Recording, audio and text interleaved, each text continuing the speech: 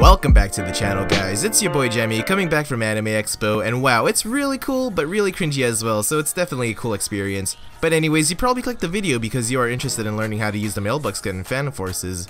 For those of you who do not know why I call the Mac 10 the Mailbox Gun, well, it looks like a mailbox, figures. But anyways, enough chit chat, it's time to teach you guys how to mail death to your opponents.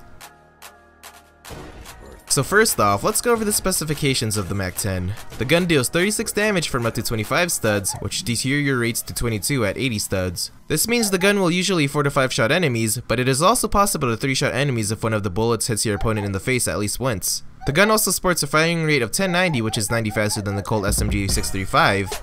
This makes aiming down sights with this gun very difficult, but you can definitely shred through enemies effectively even in close quarters combat. For its accuracy, the hip firing spread is going to be really tight, and obviously the sight accuracy is going to be atrocious due to the high firing rate. Finally, the Mailbox Gun holds a 30 round magazine and a surplus of 150 rounds, making it last a decent amount of time in the battlefield.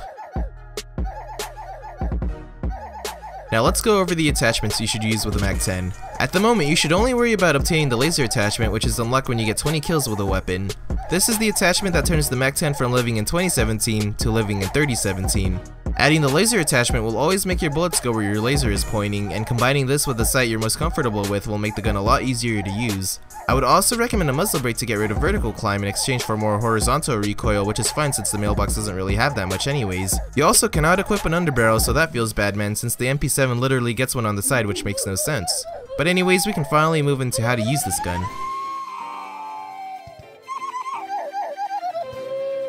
When using the Mac 10, there's only two things you want to focus on. The first one is closing the gap, since this thing is really bad at long range, and the second thing you want to do is to utilize its hip firing spread, since aiming down sights with it is really hard. The Mac 10 sucks in long range combat, so you should always be running around the map to close the gap on your enemies, so don't camp with this gun. Also, while closing the gap on your enemies, use nearby buildings and obstacles for cover to increase your chances of survival.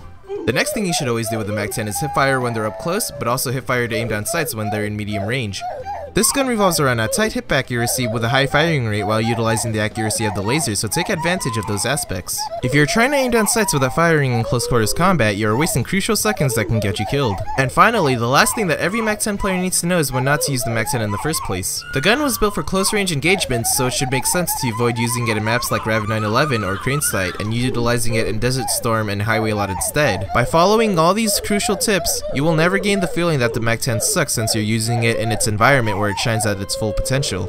And there you have it, everything you need to know about the Mac 10. Thanks so much for watching, drop a like, subscribe, and help the series grow. It's your boy Jemmy, dropping a Colt SMG video tomorrow. Well, not SMG, LMG, sorry about that. But anyways, yeah, name's Jemmy, and I still love weeaboo stuff. Not a wee, by the way.